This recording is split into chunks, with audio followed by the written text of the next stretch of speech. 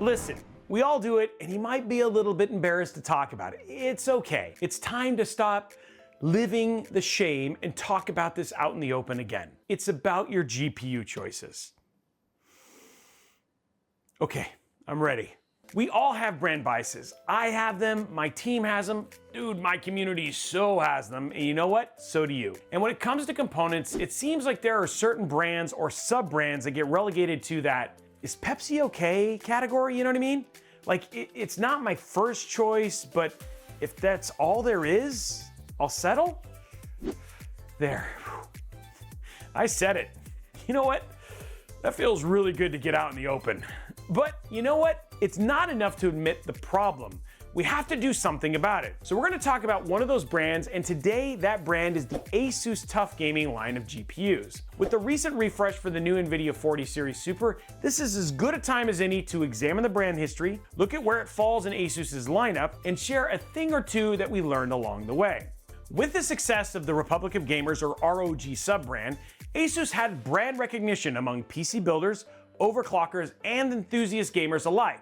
But for the everyday gamer, who was just looking for dependable and accessible parts, ROG was like aspirational. It was like almost overkill for their needs. So back in 2009, ASUS announced a new sub-brand in the gaming space known as the Ultimate Force, or TUF Gaming as we know it today. TUF Gaming components were marketed as stable, reliable, and durable components that gave off like a military vibe.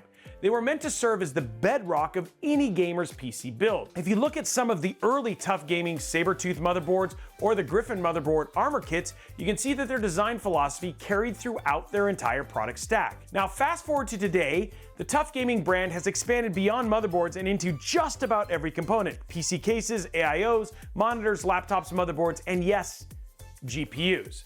And now that you know some of the history, let's look at the actual GPUs. In the current product stack, there are 30 different GPU models in the TUF Gaming roster. 22 are NVIDIA RTX 40 series GPUs spanning from the RTX 4060 Ti all the way up to the 4090, while 8 of them are AMD Radeon RX 7000 series GPUs spanning from the 7600 XT all the way up to the 7900 XTX. Of those 22 RTX GPUs, 7 of them are the latest super editions of the 40 series lineup, including both standard and OC options at every tier except for the 4070 Super.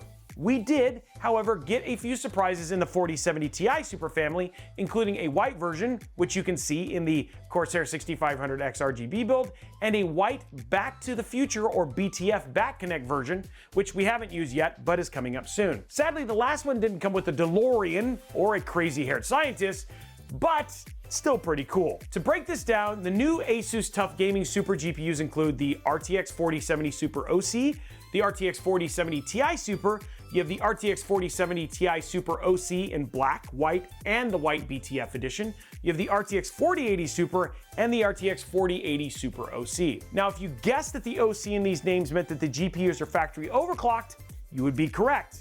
Gold star for you. The standard versions aren't just by the books though, they have a slight factory overclock over the stock frequency as well. The OCs just push the frequencies a bit further. But Robey, if they're both technically overclocked, what sets them apart? Isn't a 4070 Super just always a 4070 Super? Let's unpack this. When we look at GPUs, now I'm talking about the silicon die, not the cards as a whole, there's typically a spectrum of performance that is considered in range of how chips are supposed to function. This is everything from how well they take voltage to how much heat they can take, as all of it is on a spectrum. So when ASUS gets silicon from companies like NVIDIA, they do their own testing. And when they find those GPU dies that have a high tolerance for voltage and heat, they set them aside for later. This process is known as binning.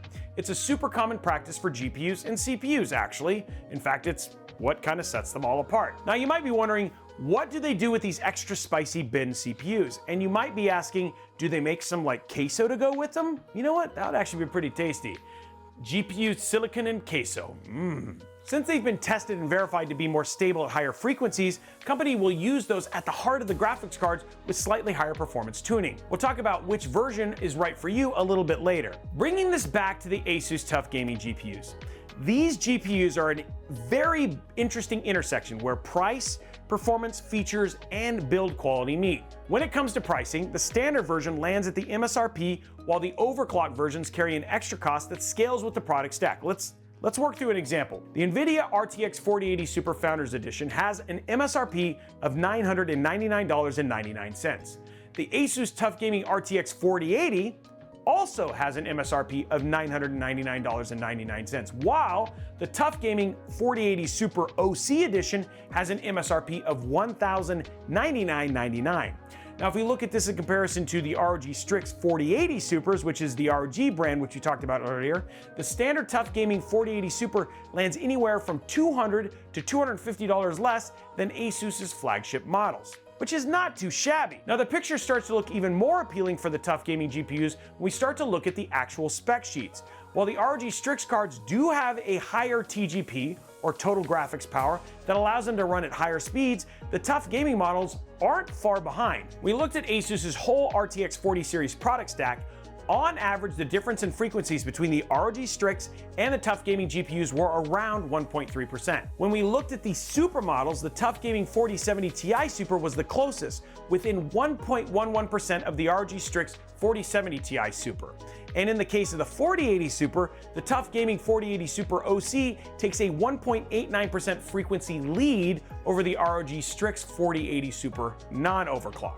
Listen, I'm not saying that the ROG Strix GPUs are slouches here, but I am saying that if you've underestimated TUF Gaming GPUs, you might want to ask yourself why that is. I think this is a good time to segue into talking about features and design. We're going to talk about these things together because they really do go hand in hand, and we've discovered some things that we didn't know when we started digging into the TUF Gaming line. We've already mentioned that the ROG Strix GPUs have a higher maximum power value than their TUF Gaming counterparts, but the TUF Gaming GPUs are no slouches either.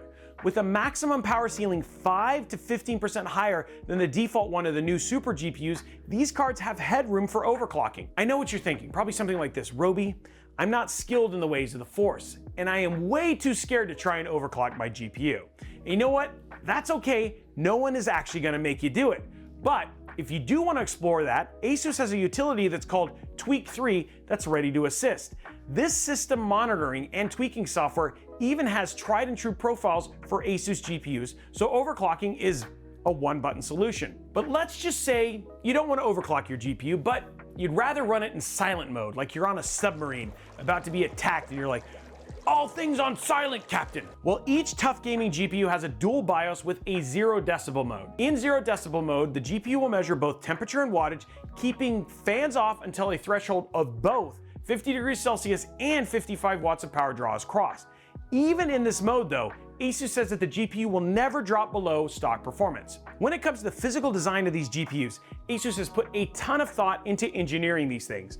Looking at the overall structure, these GPUs have a metal die-cast shroud and an aluminum backplate that helps support the weight of the GPU. But when these are partnered with internal heatsink, the card has a better balance, not only to support the weight, but to evenly distribute it.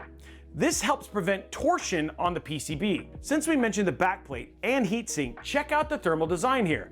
Not only are there 8 heat pipes wicking away heat from the GPU, but there's also a cutout to the backplate to mirror the brand logo. TUF Gaming GPUs also have a 3-fan design that has 2 outside fans moving counterclockwise while the center fan moves clockwise to maximize airflow. Now that probably doesn't sound terribly impressive.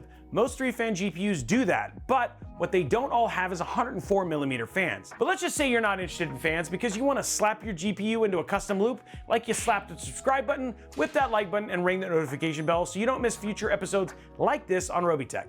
I'd say, wow, thank you, but I'm not sure my YouTube channel will fit in a custom loop. But hey, I'm here for it. What will fit in a custom loop, however, are these ASUS TUF Gaming GPUs. Not only has ASUS made them easier to tear down than the Founders Edition cards, they also have some of the highest adoption rate for third-party water blocks than any other GPU. That means you can use water blocks like EK Quantum Vector 2 or Corsair Hydro X series with ease, and if you're worried about voiding your warranty, ASUS is like, don't worry about it, it's covered, we got you, boo.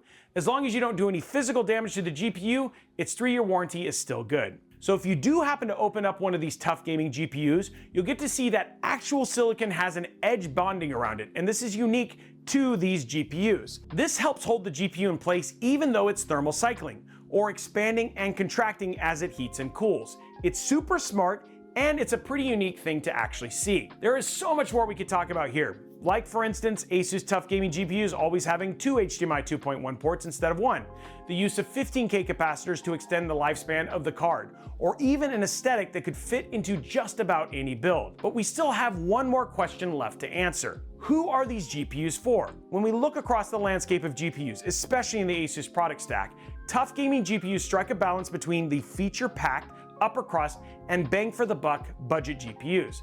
I think a good way to categorize them is this: all the essentials, but with just a few extras. So with that in mind, we believe that TUF Gaming GPUs can be a great option for a couple different types of PC builders. PC builder number one is that person looking to min-max their build within their budget. This type of person wants performance but places a lower priority on things like tweakability or hefty RGB in favor of pricing. For this particular person, a non-OC version of the TUF Gaming 4070 Super, 4070 Ti Super, or 4080 Super would be an ideal pick. PC builder number two is that PC builder who's looking to dip their toes into the world of custom loop cooling, but has been a little too afraid to try. TUF Gaming GPUs offer an easy to work with platform and security of knowing that your warranty is good as long as you don't, drop your GPU, which I've never done. For this person, the OC versions of the TUF Gaming 4070 Super, 4070 Ti Super, or 4080 Super makes the most sense. These GPUs come overclocked out of the box, but they also have enough headroom to play with, so this type of builder can see how far they can push their brand new cooling solution. Now you might be asking, Robey, what about the performance of all these cards, right? When are you gonna show us numbers? Guys, if you guys wanna see numbers and all that stuff, we actually have some of that information available in our full video review on which card you should choose, and you should check that out right here. So is this a one-size-fits-all recommendation? No. Is this the only brand you can look at? No. But what we think we've given you is some information that you may not have had before. And hopefully, this also helps dispel some of the misconceptions surrounding the ASUS TUF brand. For the Robeytech team, honestly, we love seeing what ASUS is doing with the sub-brand, and especially as they expand the options available within their product stack. Anytime that players and gamers have choices in terms of products, in terms of brands, and in terms of GPUs is a good thing. Now, we do want to give a huge shout out to ASUS for providing us with their TUF Gaming GPUs to check out, and for sitting down with us and to talk about their brand and answering all the questions so we could bring all that information to you. Now, we hope you enjoyed this video, and I want to let you guys know that we're doing a series of these with other brands and other sub-brands. So let us know if you learned anything from this video about the TUF Gaming GPUs down in the comments below, and let us know what brands you'd love us to talk about and what else we could add to this to help make these a whole lot better. Now, while you're down there, make sure you slap that subscribe button, whip that like button, and ring the notification bell so you get a notification each and every time we post a video like this right here on Robeytech. And also, if you have questions or you want to talk more about this stuff, head over to our Discord server, discord.gg/Robeytech. Great place to talk to other people who have tons of opinions and just hash out your ideas. And you know what? You might make a friend. Also, make sure that you follow us at Robeytech absolutely everywhere. Anyway, thank you so much for watching this video, and we look forward to seeing you on the next one.